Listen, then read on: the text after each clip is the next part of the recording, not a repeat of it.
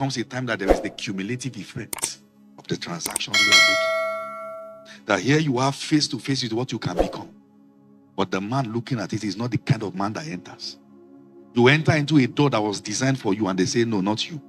Because the version who saw the vision is not the version that will fulfill it. There must be preparation and years of aggressive addressing of yourself. Don't pity yourself in preparation. Allow God stretch you. Don't pity yourself. You can see it. Oh. The Bible said Esau sought for his birthright with tears for years. He sought for it. But we made the choices.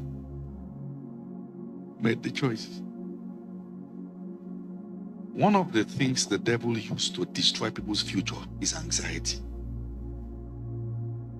Anxiety is that irresistible urge to try to do things by your senses. Because it looks like God is too slow. That was what happened to Saul. When Samuel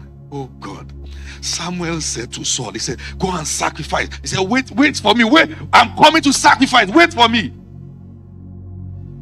And Saul was observing. Look at the people. They are going. This one is going. This one is going. What's the business of Saul with who is going or who is staying? And the moment he sacrificed and did all those things, he was still on it. Then Samuel came. You know what Samuel said? Samuel said, it is today that your kingdom would have been established forever. There will have been no need for a David anymore. It will have been the sure mercies of Saul. Today, he said, but now it has been taken from you and given to your neighbor. And when he held the garments of Samuel and he tore in his hands, he said, that is the exact way your kingdom will be turned away. Are you seeing how pressure of a moment can make a man miss God? God said, I've called you to ministry. You don't say, I want to make money first. Who told you that generational gates are opened all the time? Who told you that those God is killing you? See, let me tell you something. You have people that are your generational age mate. Those that God has designed that all of you are to begin to do certain things around the same time. Who told you that you will always be able to come back? You can queue with the next 5 generations because you missed your time. You will not miss your time. One moment, it is looking like it. One moment, don't you remember the number of people you had in secondary school that when they want to act drama and choreography, they look like the children that will become promising? We were used as devils for drama. Maybe for the shape of our head. But not God. Maybe you have even locked yourself and cried and said, look at these ones. Look at how promising their life is. And life begins to happen. And you begin to see everybody make different choices. And the man that looked like was heading there, suddenly you can't find him again. There is a gate of generation. It doesn't remain open for life. It will open at a moment. It looks like you are the best. It looks like you are the only one who knows how to do it. May you maximize the season. May you maximize the season. May you maximize the season. May you maximize the season. When that time comes, it looks like you are the best at what you are doing, but it is a season. No season lasts forever, whether good or bad. No season. No season. Go and check church history. You look at people like Pastor Adeboye. You look at people like Reverend W.F. Kumuyi. You just notice there is something very similar about the timing. And at the same time, those who failed, they failed for the same thing around the same time. I showed you last week how that Jacob called Reuben. And called Reuben in the midst of his brethren and said, Reuben, my firstborn, the beginning of my might, my strength, the excellency of dignity. He said, but unstable as water. And what he gave him, he said, you will not excel. Why? He said, because you went into your father's couch and you defiled it. And while he was talking, Joseph was wondering. The same pressure came. It was not for my father's couch. It was for Potiphar's couch. The pressure you are feeling now is not for you alone. It is for those who are contesting for the mantle. wherever they are all over the world, it is either purge himself from this. May you survive in the secret place. May I announce to you, you look at yourself and say, why is this pressure that strong? No, you are not alone in it. The same affliction is accomplished in your brethren that are in the world. Everyone who seem to be asking God, give me this mountain, he said, you must pass this test first.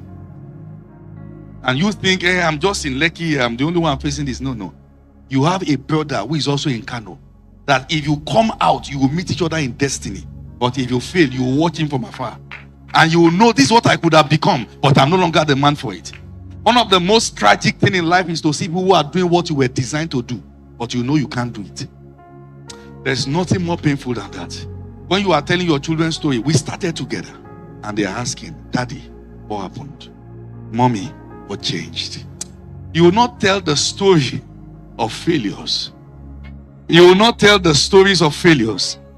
You will not tell the stories of failures. May I beg us? There is something that is handed to us now that we don't know the value. These gates don't open for life. No. I remember. You see, I remember when God said to me, he said, son, I know you have finished. You are not going to serve yet. Stay with me in the place of prayer. And I will wake up every blessed day. I was teaching first. And he said, resign. And I will carry my bag. And I will dress up. And go to a place where I will lock up the door from morning till night. And sometimes I will cry and say, stay there. 1 year, 2 years. I went for service. I said, thank God. Now it's the opportunity for me to go and use my life the way I want. I can go and get my job. I already got a job at Futa Health Center. He said, go back to Ile-Ife and finish what you started. I thought it was a joke. I was not released from that burden until after how many years of finishing. I will wake up in the morning. I still spend 5 more years in obedience to that. That when I enter the midst of people and they are asking, what do you do for a living? This one say, okay, I'm working with this NGO. You, what do you do for a living? I work with a bank. You, what do you do for a living? I work with this. You, what do you do for a living? I can't tell them I pray for a living. You tell them you pray for a living, even pastors will look at you as a failure. You mean at this young age? But it is God who knows what he's preparing you for. I remember I would wake up every morning, hold the window of the house and shake it and cry. I'm not a lazy man. Lose me and let me go. Look at my men, look at them. But no, except a grain of wheat first fall to the ground and dies. There is a death phase when they look at you and they say you have failed. The Bible says it abides alone. But when it falls and dies, it will spring forth again and bring forth in 60s and 100s. Nobody shoot an arrow forward. No, you first launch it back. If you look at it at that moment, you say this is a failing one. But when it is released, the more you stretch it, the farther it goes. You are not failing. God is stretching you. God is stretching you. But may you come out victorious in this season. Let me tell you something. When people fail in the secret place, it is not loud. It is years later that will tell that there was something God started where he did not see the light of the day. You can see those he started it together. May you, I beg you, go back to what God was doing. Go back to what God was doing. God, it is already getting, are you aware? It's already getting foggy now, like spider webs is covering it. You no longer have a prayer complaint. Something is changing. You are no longer the same one. Your reasoning is changing. You are becoming bitter and sad. Life is happening to you. You were sharp, even without money, but when you were in the presence, go back. I sense to tell somebody the door is still opened. You can still catch up with the gate of that generation. You can. You can. You can. You can. When this door is shut, it is painful.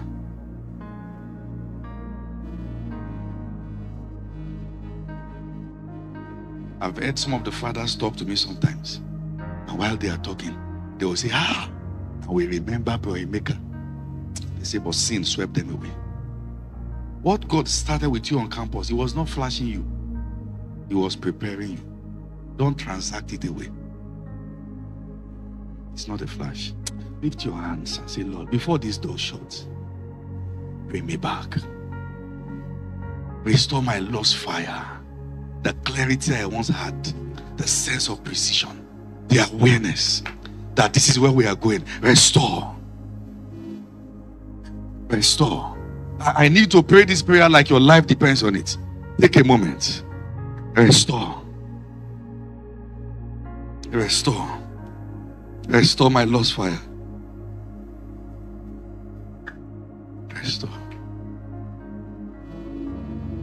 What did he start? Where are you now? Where are you in the plan? What happened to the vision? What happened to what he said? Where is your prophecy note?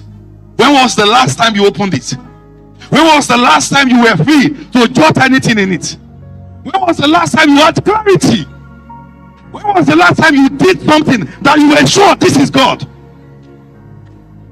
When was the last time you functioned with a sense of precision? Is it getting to this? Guesswork now? The remaining part of your life, you are still young. You can get it back. You can. You can get it back. You can get it back. You can get it back. Cry your eyes out to the Lord. All to the horns of the altar. You sit in me. I don't care how much I'm making now. I recognize if this is not the future you showed me, it is not. I don't care the opportunities I have. I can have you, Lord. I can get back to the words you said. I remember what you said on campus. I remember the prophecies that went ahead of me. I remember the things you said you will do with my life. I remember what you said. I might have made mistakes, but your mercy can restore lost times. Your mercy can restore. Oh Lord, help me.